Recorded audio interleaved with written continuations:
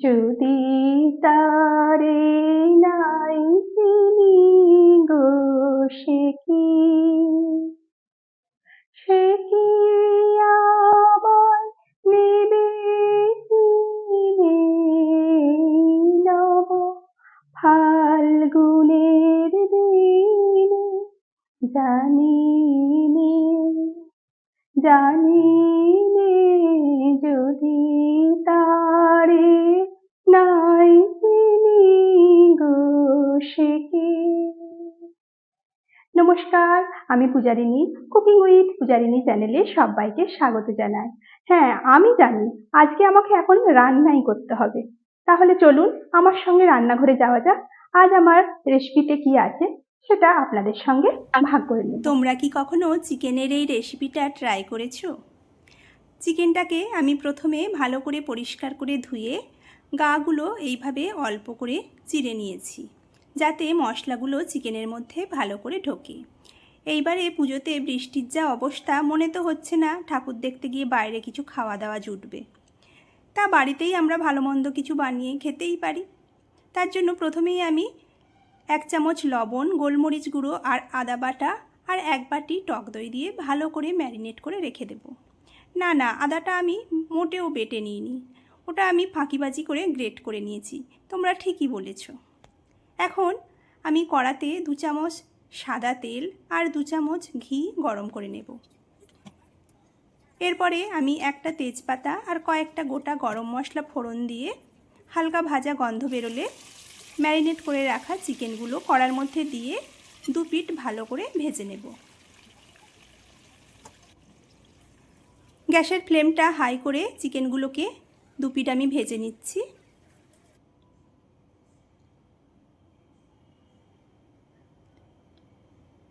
চিকেনগুলো আমার ভাজা হয়ে গেছে। এখন এগুলোকে আমি কড়া থেকে তুলে নেব। এবারে এই তেলের মধ্যেই আমি দিয়ে দিচ্ছি মিডিয়াম সাইজের 2 থেকে 3টে পেঁয়াজ কুচি। পেঁয়াজটা হালকা নরম হয়ে আসা পর্যন্ত ভেজে নিতে হবে। দেখো পেঁয়াজটা নরম হয়ে এসেছে অনেকটা। এরপরে আমি দিয়ে দিলাম 1 চামচ ভর্তি করে রসুন বাটা। আদাটা যেহেতু আমি আগেই ম্যারিনেট করার সময় দিয়েছিলাম, তাই আদাটা আমি আর দিলাম না। এরপরে পেঁয়াজ আর রসুনটা যাতে তাড়াতাড়ি ভাজা হয় তার জন্য দিয়ে দিলাম 1/2 চামচ লবণ। আরও কিছুক্ষণ ভেজে নেওয়ার পরে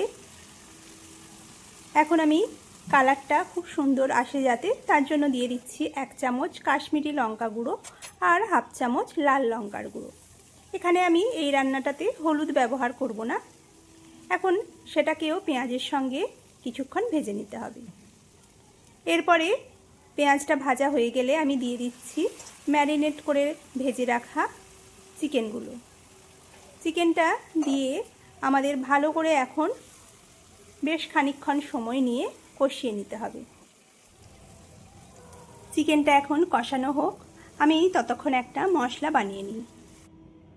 চলুন, একটা বাটিতে নিয়ে নিচ্ছি 1 মুঠো কাজু বাদাম, 1 চামচ পোস্ত আর 1 চামচ চারমগজ দিয়ে সামান্য জল দিয়ে আমি মিক্সিতে দিয়ে বেটে নিয়ে চলে এসেছি।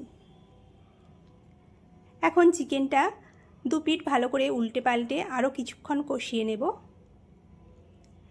এই সময়ে আমি দিয়ে দেব 1 চামচ ধনে গুঁড়ো আর 1/2 চামচ জিরে গুঁড়ো।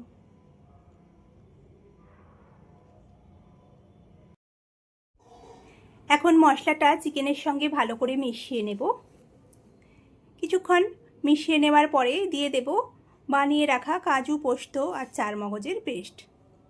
গ্যাসের ফ্লেমটা কিন্তু এই সময় একদম লোতে রাখতে হবে, না হলে যেহেতু বাদাম আছে মশলাটা কড়াতে লেগে যেতে পারে। এখন ভালো করে আরও কিছুক্ষণ আমি চিকেনটাকে কষিয়ে নিচ্ছি। এরপরে দিয়ে দেব আগে থেকে বানিয়ে রাখা 1 মুঠো বেরেস্তা। আমি পেঁয়াজটা কুচি করে আগে থেকেই বেরেস্তা বানিয়ে রেখেছিলাম। এখন বেরেস্তাটা চিকেনের সঙ্গে ভালো করে আরও কিছুক্ষণ কষাবো। এখন দিয়ে দিচ্ছি আমি সামান্য অল্প একটু চিনি। তোমরা যারা চিনিটা পছন্দ করো না তারা কিন্তু চিনিটাকে স্কিপ করতে পারো। আর দিয়ে দেব খুবই অল্প একটু জল। এতে আমি এই রান্নাটাতে বেশি গ্রেভি যেহেতু বেশি করব না, তাই আমি খুবই সামান্য অল্প একটু জল দিয়ে ঢাকা দিয়ে আমি 10 থেকে 15 মিনিট লো ফ্লেমে সেদ্ধ করে নিলাম। দেখো চিকেনের লেগ পিস থেকে মাংসগুলো ছেড়ে ছেড়ে আসছে। এখন আমি আরও কিছুক্ষণ ফুটিয়ে নেওয়ার পরে সবশেষে ওপর থেকে ছড়িয়ে দেব খুবই সামান্য একটু গরম মশলার গুঁড়ো আর 1 মুঠো ধনেপাতা কুচি। চিকেনটা কিন্তু আমাদের এখন একদমই কমপ্লিট। 2-1 মিনিট ফুটিয়ে নেওয়ার পরে গ্যাসের ফ্লেমটা অফ করে দেব। চিকেনের এই রেসিপিটা তোমরা কিন্তু রুটি, লুচি বা পরোটা বা পোলাও যে কোনো কিছুর সঙ্গেই খেতে পারো। এটা খেতে কিন্তু খুবই টেস্টি হয়। আমি একটু সাদা পোলাও বানিয়েছিলাম, সেটার সঙ্গেই আমি সার্ভ করে নেব। তোমাদের যদি আমার রেসিপি ভালো লেগে থাকে তাহলে একটা লাইক, কমেন্ট ও চ্যানেলটিকে সাবস্ক্রাইব করে আমার পাশে থাকার অনুরোধ রইল।